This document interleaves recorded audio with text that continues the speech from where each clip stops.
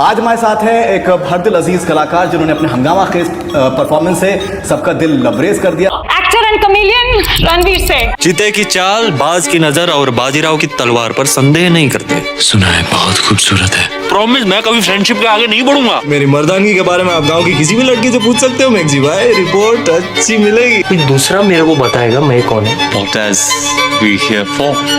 वो butter knife. I would like to be recognized as a versatile actor. He is the most versatile actor of the current generation. You're the most influential actor of your generation. वो मतलब superstar है next. ये होता ना कि मतलब अब next कौन, वो रणवीर सिंह।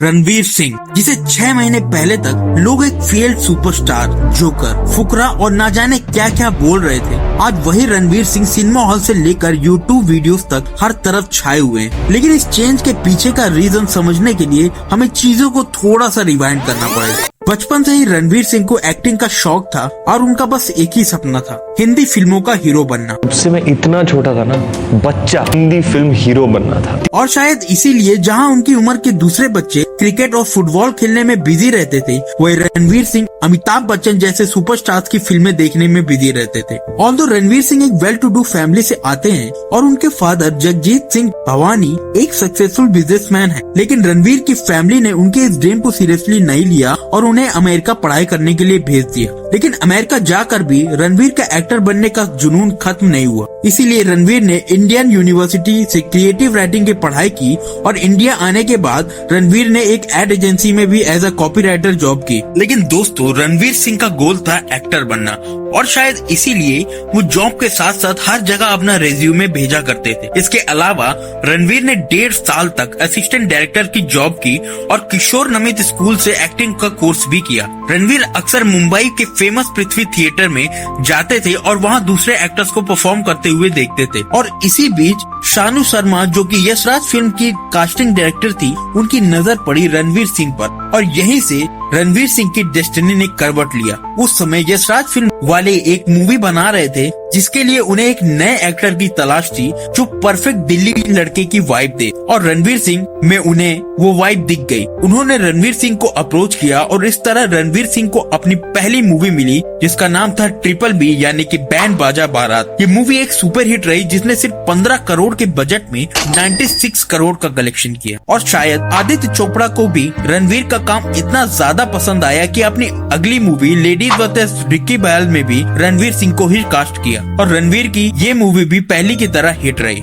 लेकिन रणवीर की अगली मूवी बॉम्बे टॉकीज बुरी तरह फ्लॉप साबित हुई। उसके बाद रणवीर सिंह ने डायरेक्टर आदित्य मोटवानी के साथ मिलकर एक फिल्म की जिसका नाम था लुटेरा। ये मूवी बॉक्स ऑफिस पर तो उतना कमाल नहीं कर पाई, लेकिन ऑडियंस ने बाद में इस मूवी को काफी ज्यादा पसंद किया और आज ये रणवीर सिंह की फिल्मोग्राफी की one of the best films मानी जाती है। अगर आपने ये मूवी अभी तक नहीं देखी तो एक बार प्लीज जरूर देखना। लेकिन असली धमाका तो इसके बाद हुआ जब रणवीर सिंह ने हाथ मिलाया है कि ऐसे डायरेक्टर के साथ जो खुद में ही एक आर्ट स्कूल है जिसका नाम है संजय लीला भंसाली, और ये मूवी थी रामलीला। ये वही मूवी है जिसमें रणवीर और दीपिका की जोड़ी को पहली बार ऑन स्क्रीन देखा गया और दोनों एक साथ काफी ज्यादा लोगों को पसंद आए। वैसे तो मूवी के गाने अच्छे थे, लेकिन राम जी की चाल देखो गाना तो अलग लेवल पर ही हिट हो गया था और मैंने भी पहली बार रणवीर सिंह को इसी सॉन्ग से डिस्कवर किया था। नंबर्स की बात करें तो 80 करोड़ के बजट में ये मूवी लगभग 200 करोड़ का कलेक्शन करती है और एक मैसिव हिट साबित होती है। इस मूवी की सक्सेस के बाद ही रणवीर सिंह की अगली मूवी आई जिसका नाम था गुंडे,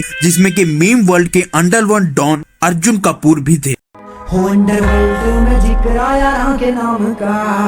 ये मूवी भी पिछली मूवी की तरह हिट साबित हुई और इसका गाना तूने मारी एंट्रियां एक कल्ट क्लासिक हिट हुआ और काफी ज्यादा वायरल हुआ। इसके बाद ही रणवीर ने तिल दिल और दिल धड़कने दो जैसी मूवीज थी जो कि फ्लॉप रही और यही कारण था कि रणवीर सिंह ने अपना रुख संजय लीला भंसाली की तरफ वापस मोड़ा और फिर आया एक नया पीरियड रोमांटिक ड्रामा फिल्मों का, जिसमें की फिल्म आई बाजीराव मस्तानी। रणवीर सिंह, दीपिका पादुकोण और प्रियंका चोपड़ा स्टारर इस मूवी ने बॉक्स ऑफिस पर अलग ही लेवल पर आग लगा दी और 350 से 360 करोड़ का मैसिव कलेक्शन इस मूवी ने किया। रणवीर, प्रियंका और दीपिका की परफॉर्मेंसेस के साथ साथ संजय लीला भंसाली के डायरेक्शन ने इस मूवी को एक कल्ट क्लासिक बना दी, जिसे आज भी लोग रणवीर सिंह की one of the best performances के रूप में याद रखते हैं। चीते की चाल, बाज की नजर और बाजीराव की तलवार पर संदेह नहीं करते। लेकिन इस मूवी के बाद एक नया ट्रेंड देखने को मिला, जो था रणवीर सिंह के कपड़ों को लेकर। रणवीर सिंह को सडनली वियर क्लोथ्स में स्पॉट किया जाने लगा। स्टार्टिंग में लोगों ने रणवीर के इस एक्सपेरिमेंट को काफी सपोर्ट किया, लेकिन लॉन्ग टर्म में थिंग्स इतनी अच्छी नहीं चली। हालांकि बाजीराव मस्तानी की सक्सेस के बाद रणवीर ने वानी कपूर के साथ एक और मूवी की थी जिसका नाम था बेफिक्रे। वैसे तो ये मूवी बुरी नहीं थी, लेकिन बॉक्स ऑफिस पर वो कमाल नहीं कर पाई और एक एवरेज फिल्म साबित रह गई। अब रणवीर सिंह की एज एन एक्टर तो गाड़ी बढ़िया चल रही थी, लेकिन जैसे हमने वीडियो के स्टार्टिंग में बताया कि रणवीर को सिर्फ एक्टर नहीं बनना था, बल्कि उन्हें हिंदी पिक्चर का हीरो बनना था। अब सिर्फ एक्टर और हीरो में क्या डिफरेंस है ये तो आपको पता ही है। हीरो मतलब इन शॉर्ट सुपरस्टार, और इसीलिए रणवीर ने 1 साल से ज्यादा का ब्रेक लिया और 2018 में वापस आए पद्मावत से। इस मूवी में रणवीर के अलावा शाहिद कपूर और दीपिका पादुकोण भी थी, लेकिन सबकी जुबान पर एक ही नाम था, रणवीर सिंह। मतलब on top, hats off to them basically. सबसे अच्छा रणवीर का कैरेक्टर, फर्स्ट टाइम उसको विलन में हमने देखा है। Go and watch this movie, he was the best actor. मतलब रणवीर बेस्ट है अपने लिए। उनको एक अवार्ड मिलना चाहिए, the best actor award. Best मुझे वही लगता है रणवीर। मूवी के अराउंड काफी ज्यादा कंट्रोवर्सीज भी क्रिएट हुई, लेकिन इसके बाद भी मूवी ने 500 करोड़ का कलेक्शन कर लिया। अलाउद्दीन खिलजी जैसे इंटेंस कैरेक्टर को देखने के बाद लोगों की एक्सपेक्टेशन रणवीर से और भी ज्यादा बढ़ गई और लोगों को लगा अब इसके बाद रणवीर सिंह क्या करेंगे। लेकिन साल 2018 के एंड में रणवीर सिंह की पहली बार एक पुलिस इंस्पेक्टर के रोल में तस्वीर सामने आई। इस मूवी के डायरेक्टर थे रोहित शेट्टी और मूवी का नाम था सिम्बा। ये मूवी जूनियर एनटीआर के टेम्पर का रीमेक थी, बट स्टिल रोहित शेट्टी के डायरेक्शन, रणवीर सिंह के परफॉर्मेंसेस और उस वक्त रीमेक मूवीज को इतना हेट न किया जाना इस मूवी में कहीं न कहीं सही साबित होता है। और 140 करोड़ में बनी ये मूवी 400 करोड़ का कलेक्शन करती है और सबको लगने लगा था कि रणवीर सिंह ही बॉलीवुड के अगले सुपरस्टार हैं। इस बात को और कंसोलिडेट कर दिया रणवीर सिंह की अगली मूवी गली बॉय ने। इस मूवी ने पद्मावत और सिम्बा जैसे कलेक्शन तो नहीं किए, लेकिन 60 से 70 करोड़ के बजट में बनी इस मूवी ने लगभग 250 करोड़ का कलेक्शन किया। हर तरफ इसी मूवी की चर्चा चल रही थी। अपना टाइम आएगा। बहुत अच्छी, बेहतरीन, बहुत हार्ड, वेरी एक्सीलेंट यार, वेरी नाइस, बहुत अच्छी लगी, बहुत अच्छी लगी, एक नंबर, बहुत जबरदस्त लगी। मैं फिर से टिकट लेने जा रहा हूँ और लेके फिर से देखने जा रहा हूँ। एक नंबर। और बहुत से लोग उस वक्त अपना टाइम आएगा की टी शर्ट पहनकर सड़कों पर दिख रहे थे। इस मूवी को ऑस्कर में भी भेजा गया, जो मेरे अकॉर्डिंग एक बैड चॉइस थी और इस मूवी को वहाँ कुछ भी नहीं मिला। और लगातार 3 भयानक सक्सेस देने के बाद रणवीर सिंह अपने करियर के पीक पर थे, लेकिन तभी पूरी दुनिया बंद पड़ चुकी थी ड्यू टू कोविड-19। जब मौत का साया हटा और थिएटर्स वापस खुले, तब देखने को मिली रणवीर सिंह की पहली मल्टी स्टारर मूवी सूर्यवंशी। हालांकि ये मूवी हिट थी, लेकिन उसका रीजन रणवीर सिंह से ज्यादा कहीं न कहीं अक्षय कुमार और रोहित शेट्टी की टीम थी। अब तक हमने जो भी देखा था वो सिर्फ रणवीर सिंह का गुड फेस था, क्योंकि आने वाले समय में रणवीर सिंह के लिए इतना कठिन माहौल होने वाला था कि लोगों ने सुपरस्टार तो छोड़ो, उनके स्टारडम और करियर तक पर सवाल उठाना शुरू कर दिया। लॉकडाउन के बाद ही रणवीर सिंह की जो पहली सोलो मूवी रिलीज हुई थी वो थी 83, जो इंडियन क्रिकेटर कपिल देव जी की बायोपिक थी। ट्रेलर से मूवी और रणवीर की परफॉर्मेंस दोनों ही अच्छी लग रही थी, लेकिन जिस तरह से रणवीर के फेस पर प्रोस्थेटिक्स का यूज किया गया था वो काफी ज्यादा इम्प्रेसिव था। लेकिन 250 से 270 करोड़ में बनी ये मूवी सिर्फ 190 करोड़ का ही कलेक्शन करती है और ये बन गई रणवीर सिंह की इतनी अनबिलीवेबल सक्सेस के बाद पहली फ्लॉप मूवी। रणवीर सिंह की अच्छी परफॉर्मेंसेस होने के बावजूद इस मूवी के फ्लॉप होने के मेजर 3 रीजन थे। नंबर 1 पे अगर बात करें तो उस वक्त बॉलीवुड बॉयकॉट मूवमेंट अपने पीक पर था, जिसका शिकार ये मूवी बन गई। नंबर 2 पे बात करें तो दूसरा रीजन था दीपिका पादुकोण का अपनी छपाक मूवी प्रमोट करने के लिए JNU जाना, जिसकी वजह से लोगों ने छपाक के साथ साथ 83 को भी बॉयकॉट कर दिया। नंबर 3 पे बात करें तो तीसरा रीजन था अल्लू अर्जुन की पुष्पा द राइज, जो उसी वक्त थिएटर्स में लगी हुई थी और लोगों ने उसे देखने ज्यादा पसंद किया रेदर देन 83। अब आप लोगों को लग रहा होगा कि आखिर एक ही मूवी फ्लॉप होने पर इतना बड़ा रिएक्शन क्यों, आखिर ऐसी क्या बड़ी बात हो गई। बट रणवीर का लक इतना भी अच्छा नहीं था। रणवीर की अगली मूवी इतनी बड़ी फ्लॉप हुई कि 60 से 70 करोड़ में बनी ये मूवी ने सिर्फ 26 करोड़ का ही कलेक्शन किया और बहुत से रणवीर के फैंस को तो पता भी नहीं चला कि रणवीर सिंह की कोई ऐसी मूवी रिलीज भी हुई थी जिसमें मैं भी एक था। और इतनी बड़ी फ्लॉप होने के बाद रणवीर ने कुछ ऐसा किया जो लोगों ने कभी अपने वियर्डेस्ट ड्रीम में भी नहीं सोचा था। रणवीर सिंह ने अपना एक न्यूड फोटो शूट करवाया। अब इसके पीछे आखिर लॉजिक क्या था ये तो रणवीर सिंह ही जाने, लेकिन लोगों ने रणवीर के इस स्टेप को ओपनली क्रिटिसाइज और ट्रोल किया और उन्हें मेंटली रिटार्ड तक बोल दिया। लेकिन दोस्तों, इसके बाद जो अनाउंसमेंट आई उसे देखकर लग रहा था कि अब रणवीर का कमबैक हो जाएगा, क्योंकि उनकी अगली मूवी के डायरेक्टर कॉमेडी मूवीज के किंग रोहित शेट्टी थे, जिन्होंने गोलमाल सीरीज और चेन्नई एक्सप्रेस जैसी लेजेंडरी ग्रेट कॉमेडी मूवीज बनाई हैं। और वो रणवीर के साथ एक कॉमेडी मूवी लेकर आ रहे थे जिसका नाम था सर्कस। लोगों को रोहित शेट्टी की मूवीज के काफी उम्मीदें थी, लेकिन जब मूवी रिलीज हुई अच्छी लगी थी। It was okay. स्टार्टिंग में बहुत स्लो लगा मूवी, बहुत कुछ खास नहीं आपको देखने मिलेगा। इतना कुछ नहीं था उस मूवी में, बेकार, कुछ खास नहीं थी, फालतू मूवी है। बहुत ही बकवास लगी, वेस्ट है, टोटली वेस्ट है। इसमें कुछ भी नहीं है, बस story, weak story. It did not live up to our expectations. मैं फर्स्ट हाफ थोड़ा बोरी हो गया था। इसी के साथ रणवीर की एक और बड़ी मूवी फ्लॉप हो गई। 150 करोड़ के बजट में बनी सर्कस ने सिर्फ 40 से 50 करोड़ का ही कलेक्शन किया। एट दिस पर्टिकुलर पॉइंट लोगों ने रणवीर को सुपरस्टार की रेस से कंसीडर करना ही बंद कर दिया और उस रेस से बाहर निकलकर फेंक दिया। लेकिन रणवीर हार मानने वालों में से तो नहीं थे। रणवीर की अगली मूवी थी करण जौहर के साथ, मगर एज अ प्रोड्यूसर नहीं बल्कि director. Karan Johar as a director comeback कर रहे थे, लेकिन लोगों को इस मूवी से कोई उम्मीद नहीं थी। लोगों ने कहा कि रॉकी और रानी की प्रेम कहानी करण जौहर की एज अ डायरेक्टर पहली फ्लॉप मूवी होगी, लेकिन करण जौहर का मैजिक फिर से काम कर गया और 180 करोड़ में बनी ये मूवी ने 350 करोड़ का कलेक्शन किया। लेकिन इस मूवी की सक्सेस का क्रेडिट रणवीर से ज्यादा करण जौहर को मिला, क्योंकि करण का as a director successful movies का रिकॉर्ड पहले से ही काफी स्ट्रॉन्ग रहा है। फिर भी मूवी तो हिट हुई और इसी फेवर को उतारने के लिए रणवीर दीपिका के साथ कॉफी विद करण पर चली गई। कॉफी विद करण में जाना तो ठीक था, लेकिन वहाँ जाकर दीपिका ने कुछ ऐसे स्टेटमेंट्स दिए। So I did meet other people, but I wasn't interested or excited by anyone else that I was seeing, and in my mind I was committed to him.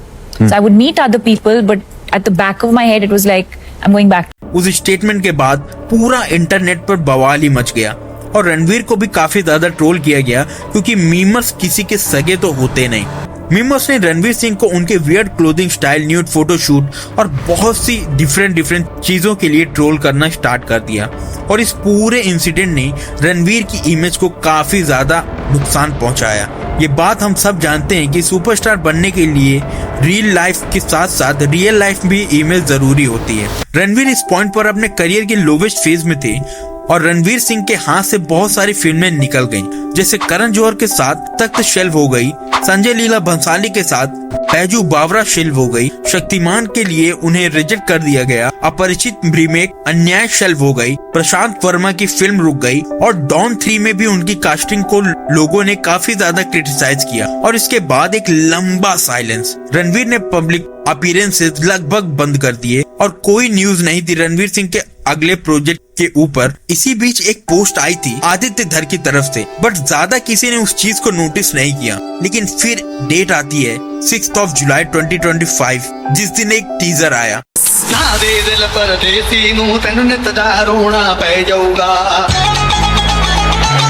काफी टाइम बाद ऐसा लग रहा था कि ऑडियंस रणवीर सिंह का एक ऐसा रूप देखने वाली है जो आज से पहले उसने कभी नहीं देखा। लेकिन रणवीर और कंट्रोवर्सीज के बहुत पुराने नाते हैं और इसी चुल के कारण रणवीर ने मूवीज रिलीज से पहले कुछ ऐसा कर दिया।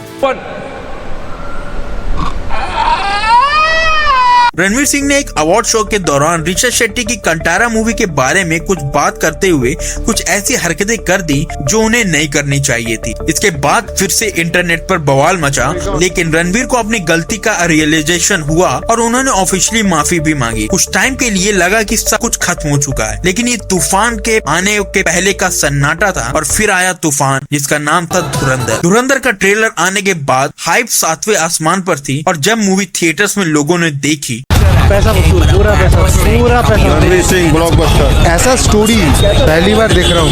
Obviously, it's very nice movie. भाई 4 घंटे भी बैठ गया। बहुत जबरदस्त अक्षय खन्ना जी ने मगर कमबैक बहुत जबरदस्त किया। रणवीर आगे इंतजार आप पीछे ऑडियंस देख सकते हैं, अंदाजा लगा जकास पैसा वसूल। रणवीर सिंह का लुक तो कातिल है एकदम। पैसा वसूल हो गया। मेरा टेस्टोस्टेरोन बढ़ चुका है पिक्चर देखने के बाद। रणवीर सिंह, अक्षय खन्ना, आर माधवन, अर्जुन रामपाल, संजय दत्त की मूवी धुरंधर। आदित्य धान क्या पिक्चर बनाई है आपने? रेटेड सिनेमा आपको इतना ब्रूटल फील होता है कि आप प्रेग्नेंट फील करोगे। मुझे पता था कि भाई धुरंधर पिक्चर अच्छी होने वाली है, पर इतनी अच्छी निकलेगी मुझे इस बात का आइडिया नहीं।